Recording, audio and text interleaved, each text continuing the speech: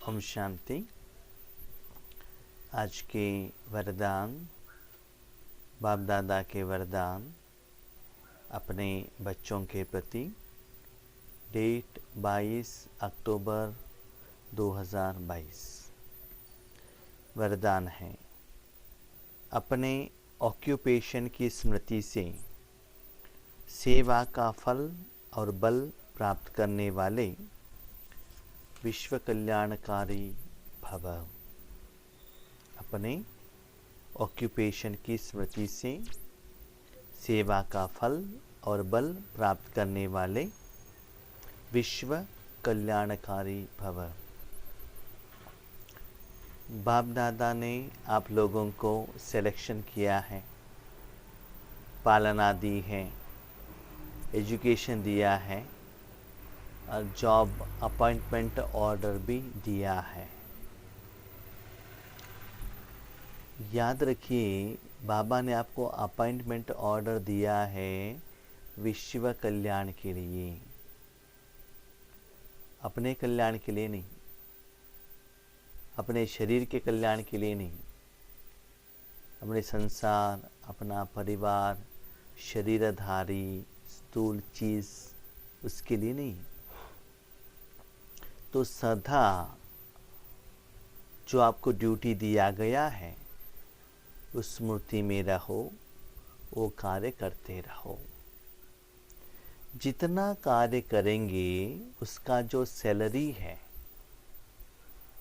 तनख्वाह है, कर्मों का फल है, मिलता रहेगा।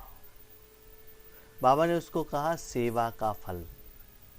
क्यों? वो कर्म हम भगवान से कराते हैं, हम खुद नहीं करते हैं। हम सिर्फ साधन हैं। फल और बल समय के अनुसार जो बल चाहिए, माना सपोर्ट चाहिए, बाबा का शक्ति के रूप में, श्रीमत के रूप में, व्यक्तियों के रूप में, साधन के रूप में, धन के रूप में, ऐसे समय के अनुसार बाबा का ड्रामा के अनुसार बल मिलता रहेगा। लेकिन ऑक्यूपेशन ही नहीं करेंगे, ड्यूटी नहीं निभाएंगे, आपको सैलरी कौन देता है?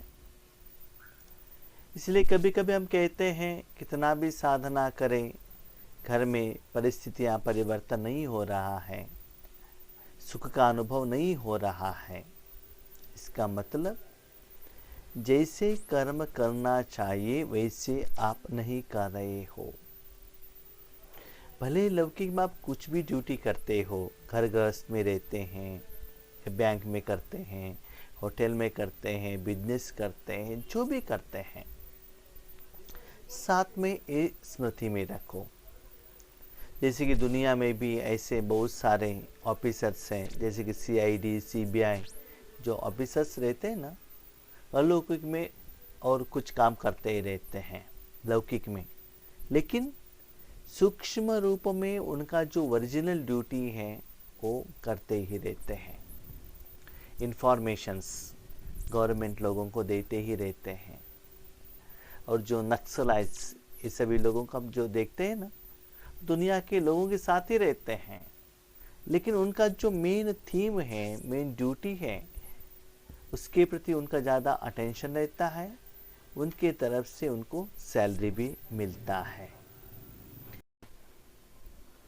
ठीक है, तो बाबा कहते हैं आपको बाबा ने जो ओरिजिनल ऑक्यूपेशन दिया है वो स्मृति सदा साथ में रहे, अटेंशन में रहे। उससे समय के अनुसार, प्रमोशन के अनुसार सेवा का फल और बल मिलता ही रहेगा। याद रखो, बाबा ने आपको विश्व कल्याण के लिए जिम्मेदारी दी है। कोई भी काम करते अपने ऑक्यूपेशन कभी नहीं भूलो। जैसे लौकिक में भी कोई डॉक्टर रहते हैं, कोई इंजीनियर रहते हैं, या पॉलिटिकल लीडर्स रहते हैं, फिल्म एक्टर रहते हैं, माना उनका जो ऑक्यूपेशन है उनसे उनका कमाई होता है। जहाँ भी रहे वो कुछ भी कर्म करे, मैं किस ऑक्यूपेशन के साथ जुड़ा हुआ हूँ उसके साथ वो कनेक्टेड में रहते हैं। वैसे ही हम लोग 5000 साल के लिए वर्तमान समय में रूहानी कमाई कर रहे हैं। तो ये स्मृति साथ में रहना चाहिए, साथ में कमाई भी होना चाहिए। ऐसे नहीं कि हम कमाई कर रहे हैं ऐसे कहना नहीं है। जो आपको खुशी, आनंद, प्यार, शक्ति, प्रेम, सुख, पवित्रता, समस्या का समाधान, सफलता, भगवान के सहयोग, ये सभी को अनुभव होना चाहिए। और दिन ब दिन वो लेवल भी बढ़ता ही जाना चाहिए। जैसे जो भी इंस्टीट्यूशन में आप काम करते हैं तो इंक्रीमेंट, प्रमोशन मिलता रहेगा तो आपको अच्छा लगेगा ना कि और भी कर्म करना है। वही सैलरी है, ना प्रमोशन है, ना सैलरी इंक्रीमेंट है, तो कैसा रहेगा? अच्छा नहीं लगेगा ना। तो समय के अनुसार सेवा का फल भी इम्प्रूवमेंट्स होना चाहिए। जैसे पांडवों ने गुप्त वेश में नौकरी की लेकिन नशा विजय का था। बाबा को बहुत बहुत धन्यवाद, क्योंकि बाबा महाभारत के बारे में कह रहे हैं, रामायण के बारे में कह रहे हैं। वर्तमान समय में जो भी बाबा के बच्चे बनते हैं ना, उनको रामायण महाभारत का कहानी ही मालूम नहीं है।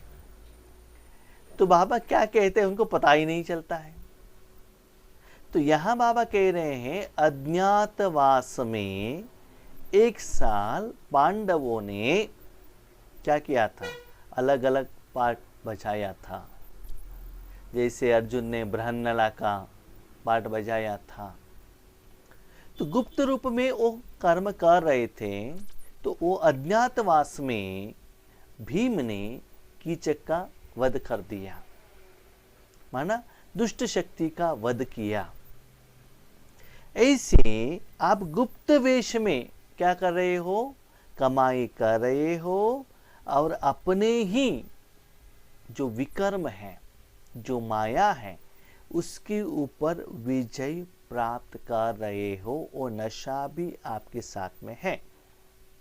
ऐसे आप भल गवर्नमेंट सर्वेंट हो या नौकरी करते हो, लेकिन नशा रहे मैं विश्व कल्याणकारी हूं। एक होता है तन का कमाई, दूसरा होता है आत्मा का कमाई।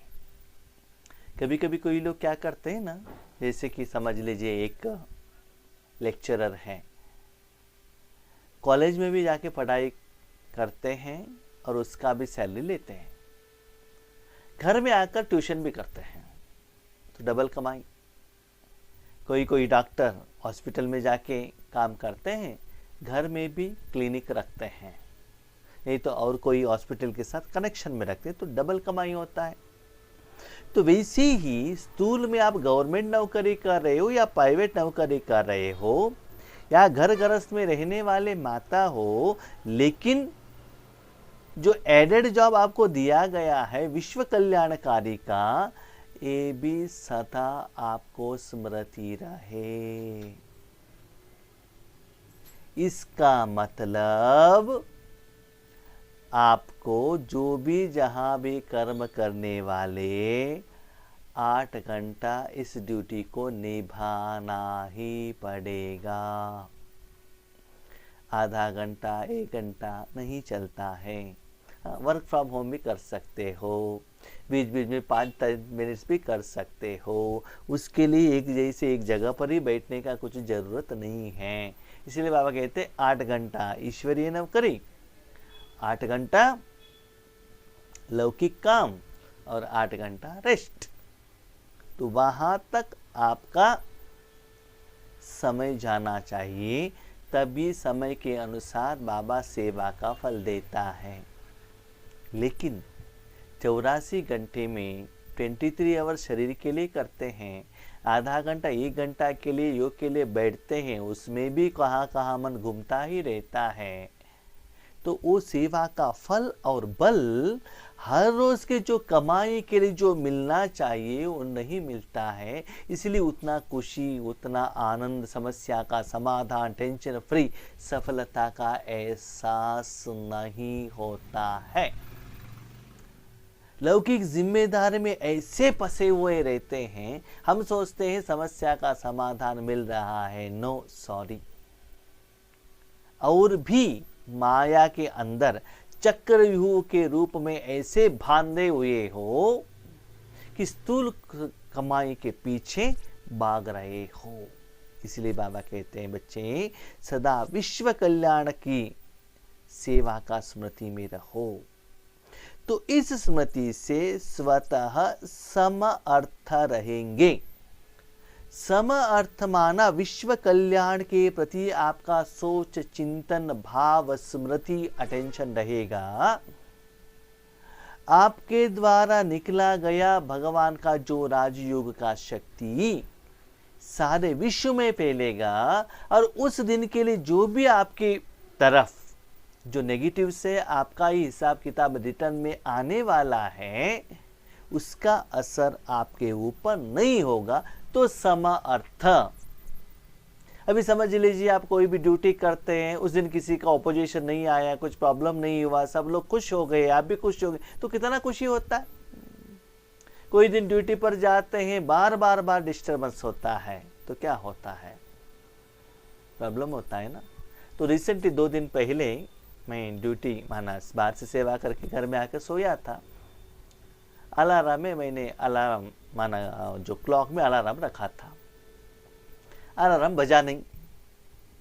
तो एक होता है क्लॉक का अलार्म, दूसरा होता है मोबाइल का अलार्म, तीसरा होता है मेरे माँ अलार्म, लौकिक माँ।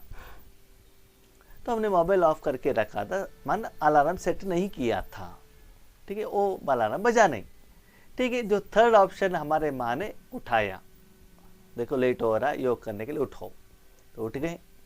थोड़ा लेट हो गया था, तुरंत आकर कंप्यूटर ऑन किया, इंटरनेट का प्रॉब्लम आ रहा है। पहले तो लेट हो रहा है, इंटरनेट का प्रॉब्लम, कितना भी ट्राई करे, वो सभी सेट करे, वो प्रॉब्लम आ गया। तो ऐसे क्या होता है, एक समस्या आता है, उसका कनेक्ट ठीक करने के लिए दूसरा समस्या आ जाता है, एक के पीछे एक आ जाता है। तो ऐसे बाबा क्या कहते हैं, बच्चे आपका योग ठीक रहेगा, विश्व कल्याण के लिए स्थिति ठीक रहेगा, तो ऐसा डिस्टर्बेंस नहीं आएगा। बीच में डिस्टर्बेंस आया तो भी टेंशन मत लेना, लेकिन मन को शांत रखना, डिस्टर्ब मत होना, वो आपके लिए टेस्टिंग के लिए आता है। तो बाबा कहते हैं सम अर्थ रहेंगे और सदा सेवा भाव होने के कारण सेवा का फल और बल मिलता रहेगा। स्व अर्थ अपने लिए नहीं, सेवा और किसी के लिए, लोगों का उद्धार के लिए, लोगों का इच्छाई के लिए, इस सेवा का इंटेंशन भावना रहने के कारण समय के अनुसार फल और बल मिलता रहेगा। याद रखो उस समय सेवा है, लेकिन भविष्य में जब जरूरत है उसी सेवा के फल से बाबा उठाकर आपके जिंदगी में दे देगा। माना वो जो सेवा करते हो बाबा अपने पास रखेगा, ईश्वरीय बैंक में रखेगा, आपके नाम पर ही रखेगा। लेकिन अब जब जरूरत पर बाबा के पास जाकर कहते हो ना बाबा ऐसा समस्या है, तब आपके अकाउंट में पैसा है, उठाकर बाबा दे देता है। इसीलिए भविष्य को न देखते हुए अभी कमाई करना है और जमा करना है। गाया हुआ है, भावनाओं का फल मिलता है, तो आपकी सेवा भावना अनेक आत्माओं को शांति शक्ति का फल देगी। आपका जो देने का जो भावना है, वो भावना से अनेक आत्माओं को शांति और शक्ति आपके द्वारा मिलेगा। याद रखो बाबा ने आज बहुत इंपॉर्टेंट बात कही। क्या कही? अनेक आत्माओं को शांति शक्ति का फल मिलेगा। इसका मतलब आगे वाले आत्माओं को राजयोग करने का विधि नहीं सुनाना है। ज्ञान नहीं सुनाना है, ये ऐसा योग है, ऐसे करो, इससे आप सतयुग में जाएंगे, राजा बनेंगे, विश्व महाराजन बनेंगे, ये बात बाबा ने नहीं कही। उनको राजयोग कैसे करना है, क्यों करना है, करने से क्या मिलता है, नहीं करेंगे तो क्या नहीं मिलता है, ये ज्ञान, इंफॉर्मेशन, नॉलेज देने के लिए बाबा ने नहीं कहा। क्या कहा बाबा ने? जो शक्ति का रेडीमेड फल, जो फल वो डायरेक्टली खा सके। एक होता है आप जो सीड उनके हाथ में दो और उसको बड़ा बनाने का विधि दो, वो लेकर जाएंगे अपने घर में, अपने गार्डन में, अपने धरती पर बोएंगे, उसका पालना करेंगे और बड़ा करेंगे, उसके बाद फल आएगा, खुद खाएंगे और दूसरों को खिलाएंगे। यहाँ बाबा ने कहा लोग के पास अपने अभी टाइम भी नहीं है, फुर्सत भी नहीं है, इसीलिए उनको अभी रेडीमेड फल चाहिए। फल माना आपके द्वारा वो शक्ति, शांति हो, सुख हो, आनंद हो, प्रेम हो, शक्ति हो, पवित्रता हो, वो आपके द्वारा जाना चाहिए, उन तक जाकर पहुंचना चाहिए। उस शक्ति द्वारा उनके समस्या का समाधान मिलना चाहिए। तो उन तक जाकर क्यों पहुंचेगा? क्योंकि उन आत्माओं के द्वारा आपका हिसाब किताब है, या तो पहले होगा नहीं तो भविष्य में होगा, ऐसे वो अकाउंट सेटलमेंट होगा। इसीलिए स्थूल ड्यूटी के रूप में आप जहां भी जाते हो, समझ लो वहां उन आत्माओं के साथ आपका जरूर रूहानी हिसाब किताब है, ये सोचना पड़ेगा। इसके हिसाब से मन से भी उनको शांति देना पड़ेगा। तो सदा इस ऑक्यूपेशन को स्मृति में रखो, जहां भी जाते हो थोड़ा समय और ड्यूटी की तरफ ज़्यादा अटेंशन देना चाहिए। आज भी बाबा हमको जहां भी भेजते हैं, पर्सनली मैं सोच रहा हूँ, नहीं सोचता नहीं हूँ, करता भी हूँ, भले लौकिक में भेजते हैं, चाहे बस पर जा रहा हूँ या ट्रेन पर जा रहा हूँ, कोई भी इंटेंशन, लेकिन ज़्यादा अटेंशन हम योग पर ही रखते हैं। यहाँ भेजा है इसका मतलब यहाँ जितना भी आत्मा है उनके साथ मेरा हिसाब किताब है। हाँ, मैं पहले ये भी आपको कहता हूँ, जब हम पहले स्टार्टिंग में बाबा के ध्यान में आ गए ना, तो हमारे जॉब में एक कार्ड रहता था, अभी भी है, 7 डेज कोर्स का एक कार्ड 15 रुपये में माउंट आबू में मिलता है। अभी कितना रेट है मालूम नहीं। तो वो कार्ड लेकर जहाँ भी, उस समय हम लौकिक ड्यूटी में थे बेंगलुरु में, जो भी मिलते थे उनको एक्सप्लेन करते थे। लेकिन अभी मैं समझता हूँ शायद वो कार्ड मेरे लिए साल में 1 बार 2 बार ही यूज़ पर आएगा। किसी को 7 डेज कोर्स दे रहे हैं तब फोटो के लिए वो याद है, लेकिन रहेगा वहाँ, लेकिन यूज़ नहीं होगा। लेकिन सेवा नहीं करते हैं, करते ही जरूर हैं, शांत बैठते हैं और शक्ति देते हैं, क्योंकि विश्व कल्याण करना है ना। इसीलिए बाबा कहते हैं बच्चे उनको शक्ति का फल दो, ये ड्यूटी के साथ आप सदा कनेक्ट रहो।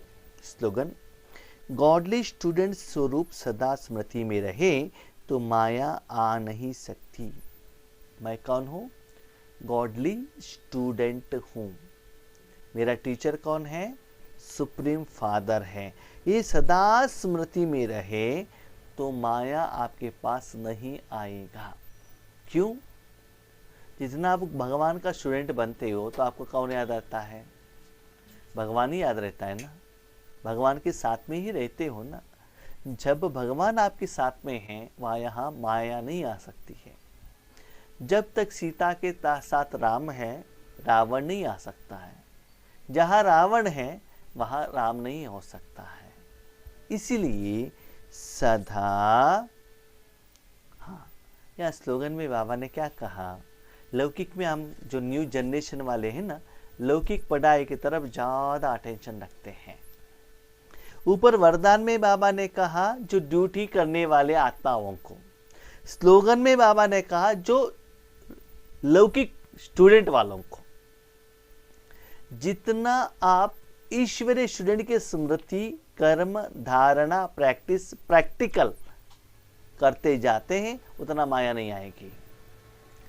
जितना लौकिक एजुकेशन की तरफ अटेंशन रखेंगे, लौकिक लोगों के साथ कनेक्शन में रहेंगे, कॉलेज में जाएंगे, कैंटीन में खाना पड़ेगा, वो लोग पार्टी करेंगे, फ्रेंड्स तो होंगे, वो 10 बार पार्टी करेंगे तो एक बार तो आपको देना पड़ेगा।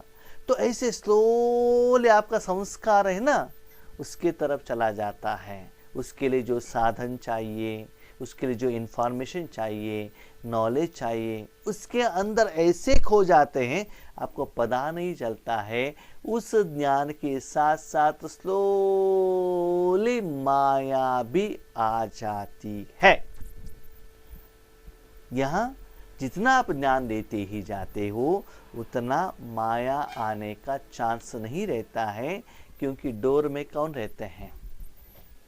भगवान रहते हैं ना सिक्योरिटी के रूप में, इसलिए माया आने का चांस नहीं रहता है। तो सदा मैं गॉडली स्टूडेंट हूँ। माना हर रोज विश्व कल्याण करने का सेवा भी करना है। गॉडली स्टूडेंट के रूप में हर रोज जो बाबा नया नया ज्ञान देते हैं, विधि विधान देता है, वो भी अप्लाई करना चाहिए। ठीक है? अच्छा, ओम शांति।